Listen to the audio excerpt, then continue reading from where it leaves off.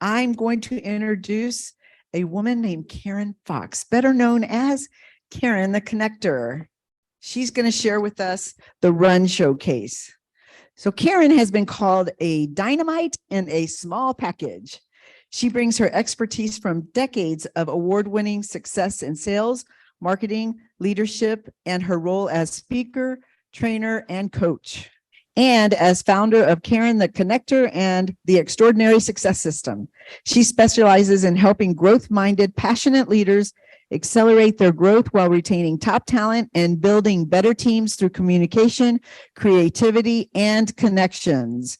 Her secret sauce is finding humor in daily situations and creating an atmosphere of fun, which encourages teams to be more engaged and productive. She is the perfect liaison between the company, the leader, and the amazing teams they've hired. Karen loves high heels, especially red, considers shopping a hobby, and she will follow you anywhere if you have a Reese's peanut butter cup. Please allow me to introduce to you Karen Fox.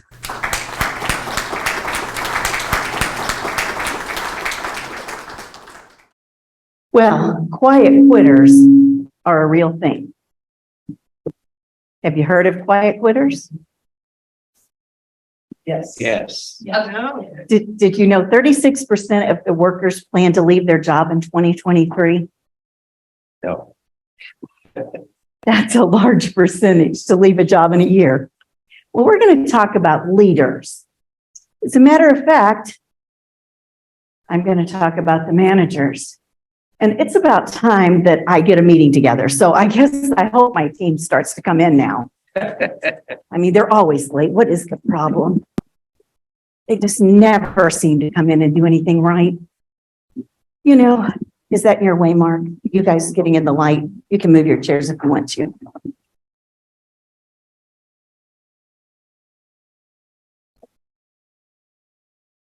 Well, I just want you all to know that I just spoke to corporate and I told them about my idea of how we're going to change productivity and we're going to start coming in a little bit earlier. And I don't know, I just think I've got it all together. You know, I know you all would be so proud that I came up with this. That's it. Mike. That's it. This is the last time I'm ever sharing my ideas with her. Well, you know, I have all these great ideas. You all kind of come up with a few things along the way, but you know, I have these great ideas. So when corporate brings me in, I just have to share them, you know, they're just pretty good. You know, so as we go along. No wonder none of us gets a raise. She takes all the credit. Hope they call me back for a second interview. Can't wait to get out of here. Well, and I just want you all to know that I'm really going to expect a lot more out of you because we are just not cutting it. You know, we have got to do a better job in this business. I just can't wait to get another job. Jeez. You just experienced your quiet quitters. Just thank you. But I do have a gift for you, and you know what it is. Is she? Yeah, Reese's peanut butter cups. Yes. Of course. There you go. Thank you to my volunteers there. Appreciate that. Well, you just experienced quiet quitters, and this is just what's happening in the workplace today. You don't know about it. They don't talk about it. They don't even share it with other employees. But it's because of those managers and leaders that are, because I said so. And I don't know about you, but I tell people, I don't have to get credit for things I do, but I'll be doggone, you better not take credit for what I do. And I think everyone pretty well feels that way. Now, the number one reason people are leaving is because they do not feel respected or valued. Do you agree that's a very important place? Yes. Just like you saw here, do you think Darlene felt appreciated and valued when I took her idea and shared it? There was no value. There was no appreciation whatsoever. 92% said that the pandemic made them feel like life is too short to stay in a job they weren't passionate about. So we're wondering, did the pandemic change things? Absolutely, it changed things. And so when people are thinking that direction, and this is whether you're hiring someone or whether you're helping other people, or if they're in corporate, they need to realize what people are thinking today. If they're not passionate about it, they're ready to move on. Or maybe in the past, they would have been a little more loyal and stayed in that position. The number two reason, and I think we just experienced that, is bad managers and leaders. What happens with bad managers? Who wants to go to work? How do you feel when you're there? Do you think that trickles down to your home life? Absolutely, it does. The biggest thing is bad managers. There's poor communication. When I'm trying to communicate like I was up here, did I get anywhere? Absolutely not. Nobody wants to hear you yelling, telling them. They want to be involved. They want to know that, again, they're valued and appreciated. So most important is how those managers relate to people. Do they value them? Do they value their opinion? How many managers or leaders have you been around that it's their way and no way? Their way or the highway? How long do you think people are going to stay around? What do you think their retention rate is? What do you think their productivity is? Not very far. These are some traits of poor leadership: resistant to change, lack of inspiration to grow or innovate.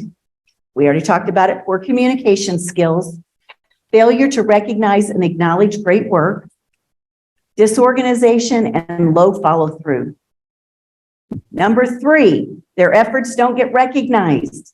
Now, these are stats that I went through so many in researching that these came up real often, almost in the exact same pattern numbers. So they don't feel recognized. What do you think we just happened here? If someone else takes your idea, you don't feel appreciated, you don't feel recognized. And there's a ton of ways to recognize people without it costing a dime. What are a few ways? Grab the mics here. What are a few ways we can recognize people? Mark? So when we have a delivery driver that gets a compliment from a customer, I put it over their timesheet so when they get back, before they sign out, they see the customer said that person did a great job, or they were extra friendly or helpful. So it's their word sharing and me making sure it just got conveyed. Absolutely. That's great. Somebody else? Bill? Just looking for reasons to pay a compliment to people when they do good work. It's not any more complicated than that. True. One simple one is just say thank you more often. Oh, that's good. My mother told me, she's a great business person. My mother told me three things. She said, first of all, tell people why their jobs are important, not just that they are important. Secondly, give them encouragement. And third, listen to their ideas and take them seriously. Great wisdom. Neil? Yeah, one of my clients had a data entry operation, and at the entrance to that department, there was a big board, and on there they posted everybody that achieved a new personal best.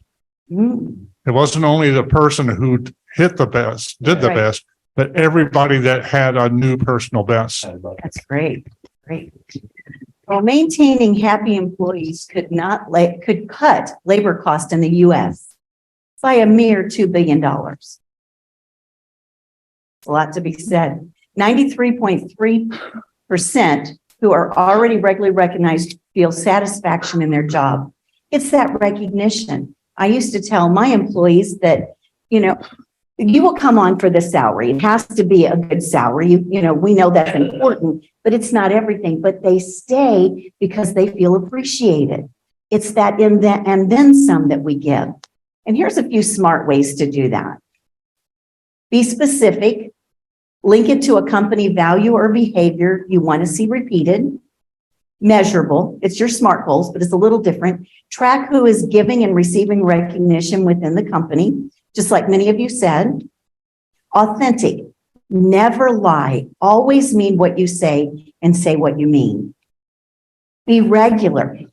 8 times a year for recognition has the most impact. That's a pretty important number. And if you're being intentional about it, there's a big difference. Timely, recognize immediately and amplify the good feeling at that very moment. That's what Mark was talking about. Right then, right on their timesheet, so they know they got that compliment. Number 4 is a toxic work environment, the culture. If you had a manager or leader like I was to start with, and yelling, you're going to do more, and we need to do this, and you're in the wrong, how often do you think they're going to stay around? You know, when I work with leaders and teams, many times we find out the leader feels threatened.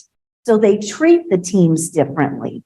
And when they realize their position and the way the team needs to be conducted and things that are done around it, that changes the whole feeling, the whole atmosphere. It changes that culture.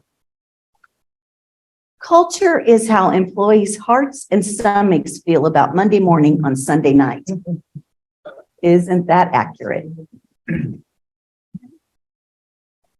Here are some ways that you can say, just simple things you can say to people that make them leaving and keep them loyal to you.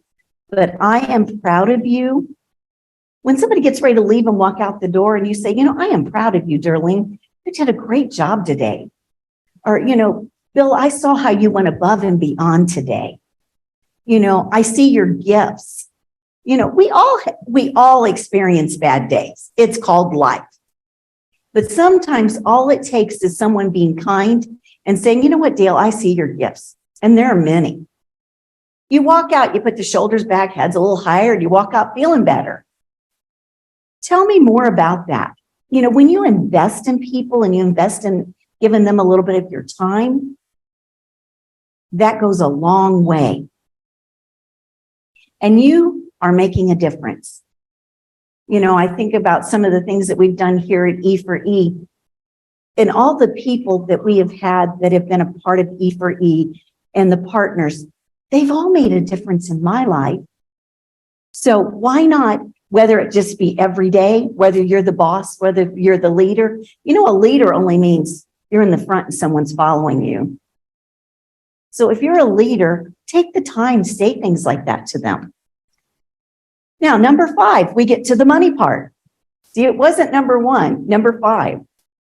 They didn't get the promotion and pay increase they expected. What do you think could be the reason? Mark? Possibly they weren't doing the job that was expected, or maybe the company doesn't have the funds available for whatever reason. True. But if it was great communication, there might be a difference, right? If you understood that, you know, I value you, you're doing a great job. If money was not an issue right now, I would put a big pay raise on the table. Makes a difference in when you understand that. So, number 1 reason people leave their jobs is they don't feel respected or valued. What was number 2? Bad managers. Bad managers. You are right, Les. What was number 3? People don't get recognized. They don't get recognized. Absolutely. And number 4, a toxic work environment, the culture, it affects everything. And number 5, they didn't get the promotion or increase they want. So what does it really say? Why people are quitting? It's personal to each person. It's how they feel internally that you feel about them. It's how you respect them. It's what you do to them. It's what you say to them. So again, number 1 is not money. Number 5 was money. And so just be cautious that you don't have those quiet quitters in your business, because they will be sitting there and they will be saying it under their breath, just like those did up here, but you will never know it. Thank you.